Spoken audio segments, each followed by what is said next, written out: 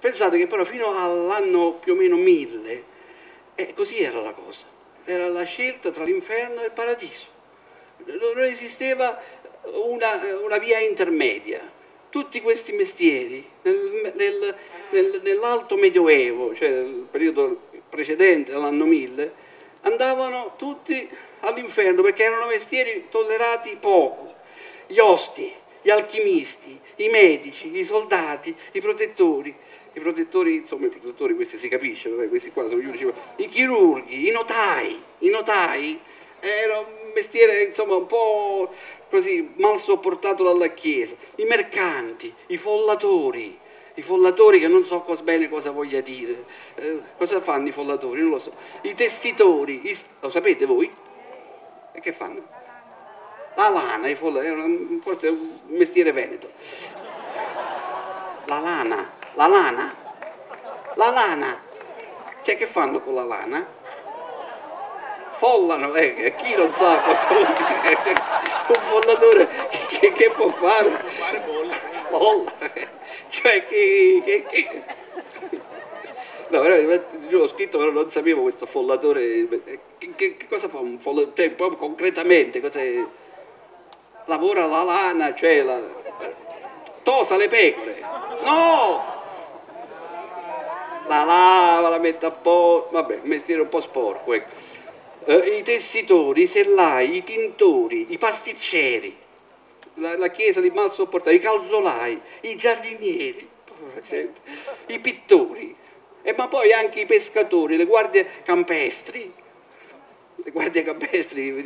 giuro che è tutto vero, i doganieri, poi abbiamo un tono scherzoso, però le cose che diciamo poi hanno un fondo scientifico, i doganieri, i barbieri, i buffoni, i profumieri, i venditori di frattaglie, i tintori, i baglivi. I baglivi, tu sai cosa fa un baglivo? No, che cos'è questo? Che cos'è un baglivo?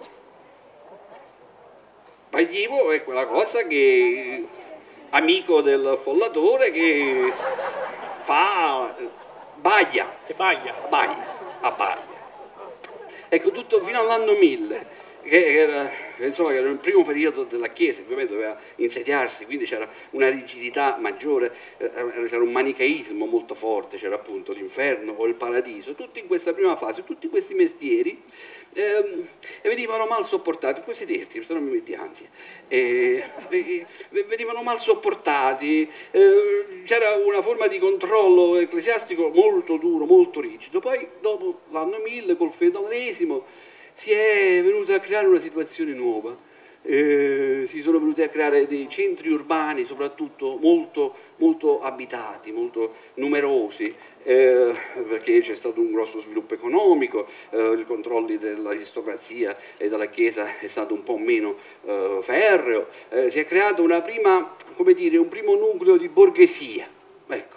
E quindi contemporaneamente le cose hanno preso una via un po' più sfumata, insieme al bianco e al nero c'erano una serie di sfumature all'interno delle quali insomma ci si poteva un po' inserire nei meandri e cercare di trovare una via, di superare questo appuntamento troppo definitivo, quel momento lì tragico della morte e dell'addio ai nostri cari. E la Chiesa nel 1167, è la prima volta che si trova nelle sacre scritture, nelle scritture ecclesiastiche, questa parola purgatorio, è stato creato il purgatorio, il terzo luogo.